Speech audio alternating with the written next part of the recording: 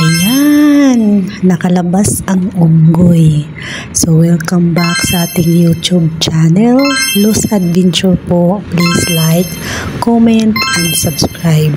At sa lahat ng mga supporters ko dyan, na palaging nandyan, nanonood ng mga videos ko, hindi nag-i-skip ng ads, nakakaintindi sa akin, nag-advise sa akin, at sa lahat po ng mga silent viewers ko dyan, at sa yung mga nagagalit din sa akin kasama na din. Syempre, hi po sa inyong lahat, hi po sa ating kapwa OFW, hello Pilipinas, sa Luzon, Visayas at Mindanao po, saan man po makakarating ang video kong ito. Samahan niyo po akong ipasyal sa Saudi Abha. Napakagandang lugar guys. So gaya po ng sinasabi ko sa inyo, ako po ay naka-schedule ngayon for medical. Ayan, papunta na po kami. Ang kasama ko po ay ang aking among lalaki at ang kanyang pangalawang anak, syempre. At ayan, may pupuntahan din, yung papacheck up din siya sa hospital. Ewan ko kung anong gagawin, basta yun, alam nyo na. Ayan, so kung mapapansin nyo guys, nagsusumikap po talaga akong mag-video dyan, gawa ng napakabilis po nilang mag-drive dito, magmaniho, no? Kala mo aeroplano, talagang nagliliparan yung mga sasakyan dito ng walang katakot-takot.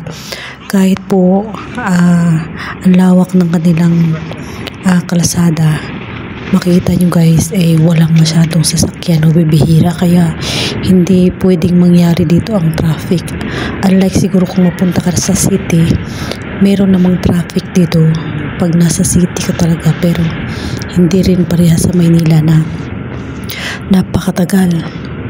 Sandaling-sandali lang, kasi nung nasa Doha, Qatar ako, bumabiyahe kami ng pa-Saudi, hindi naman ganun ka traffic, may traffic lang pero konti, ilang minuto lang, hindi rin ganun kadami ng sasakyan, kunting-kunti lang, talagang may traffic light lang, ganun, kailangan magrespeto, minto sila ganun, kasi normal naman yan sa kalsada. Kita yun man po yung takbo ng amo ko, sobra talagang, sus, kung sa Pilipinas lang ito, Diyos ko, sabihin mo talagang dahan-dahan lang, dito walang dahan-dahan, dito mapababae mo palalaki, dito talagang ang nilang magpatakbo ng sasakyan.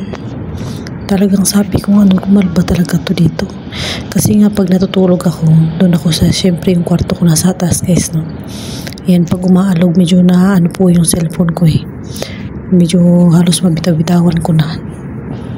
Ayun, pag natutulog, going back sa aking kwento, pag natutulog po ako sa kwarto po at merong umuugong na sasakyan dyan sa labas ng bahay, talagang zoom, ganun talaga ka. Para silang parang may hinahabol, parang nagkakarera. So normal po sa kanila yan dito, na dahil nga po sanay na sila sa kanilang lugar. Kung napapansin nyo yung lugar guys, napakaganda niya. Hindi siya yung disyerto na talagang buhangin. Hindi siya ganun. Siya bato, no? Mostly may mga bato yung, alam mo yung bato talaga na yung matigas. Ayun, kita nyo yun? Ayun, kinu-close up ko. Bato siya. Bato na talagang, iwan ko, bato na parang semento. Ayan, ganun ang madadaanan mo, no? Kaya hindi siya madalang siya, hindi siya yung mangyari dito yung parang uulan ng alikabok. Kasi siya, bukod sa bato, kung mayroong buhangin, marami siyang damo, yung mga bila-bila, yung mga damo na lumalaban sa araw. Yan, makikita yung mga damo dyan sa tabi-tabi. Ayan, yun po yung nagiging may mga kahoy din siya, kung mapapansin nyo guys. Yung mga kahoy na yan, tinanim yan sa gilid, pero yung iba talagang tumutubo lang basta. Yung kita nyo po. Tsaka yung para siyang bagyo guys, para siyang bagyo na ang pinagkaiba lang sa Baguio tsaka dito, siya, yung Baguio kasi maliliit yung bahay, no? Parang dito kasi bundok siya, tapos bundok na may patag, may bundok, ganun ba? Tapos ang nangyayari, ang lalaki ng bahay, kahit nakapatong sila sa sa bundok. Nakatirik ang mga bahay sa bundok. Kung mapapansin niyo po, papakita ko sa inyo. Nakatirik sa bundok, nakatirik sa baba yung mga bahay. Ang laki. Tapos ang ganda ng lugar guys. Sobrang ang ganda talaga.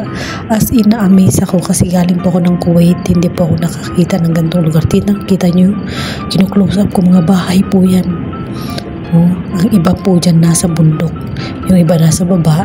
Nakalebe lang siya sa kalasada. Yung iba naman nasa bundok. Naghagdan-hagdan sila pag ano. So guys, no, galing ako ng Kuwait, hindi ako nakakita ng ganitong lugar. As in, purong buhangin lang din yung nakikita ko doon. Sa ano naman, sa Saudi at sa Qatar, hindi ako nakakita ng ganitong lugar doon. Halos buhangin din yung nakikita ko pag bumabiyahe kami. Yun, kita niyo po yun. Bato talaga yan guys, bato. Hindi rin siya kahit na palagi rin po ditong umuulan.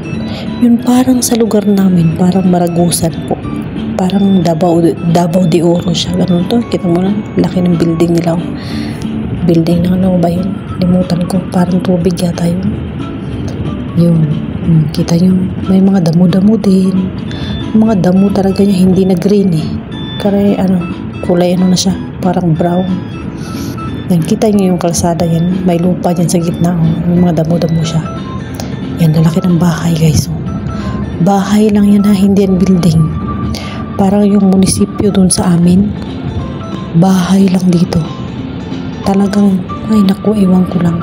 Pero nakaka-amaze talaga siya kasi ngayon lang ako nakakita ng ganitong lugar.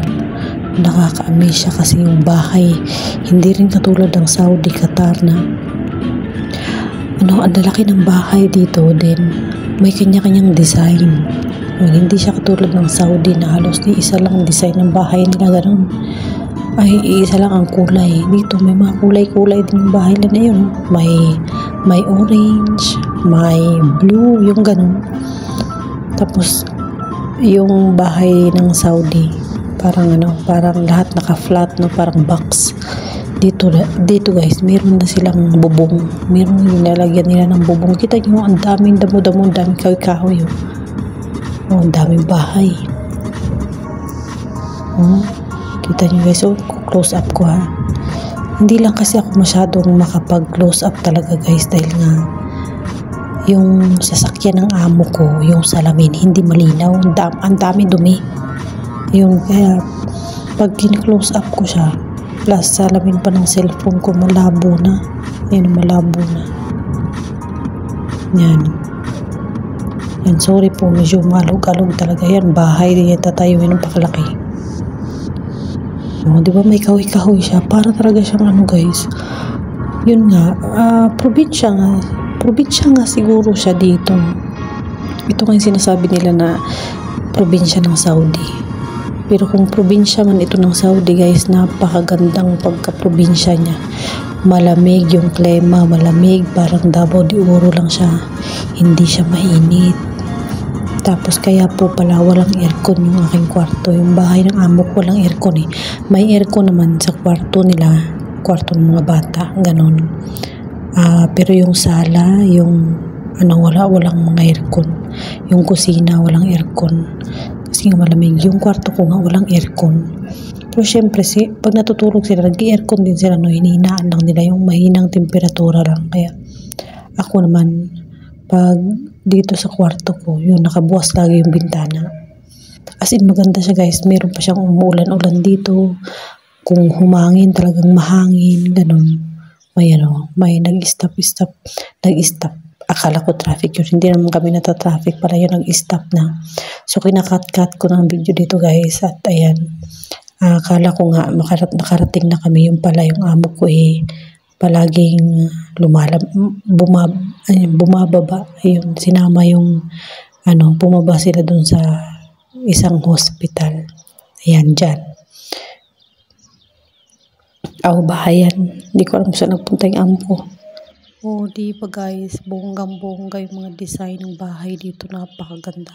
So yun lang po muna for today's video. Salamat po sa lahat mga nag-subscribe, sa lahat nag-comment. Thank you for watching. Bye!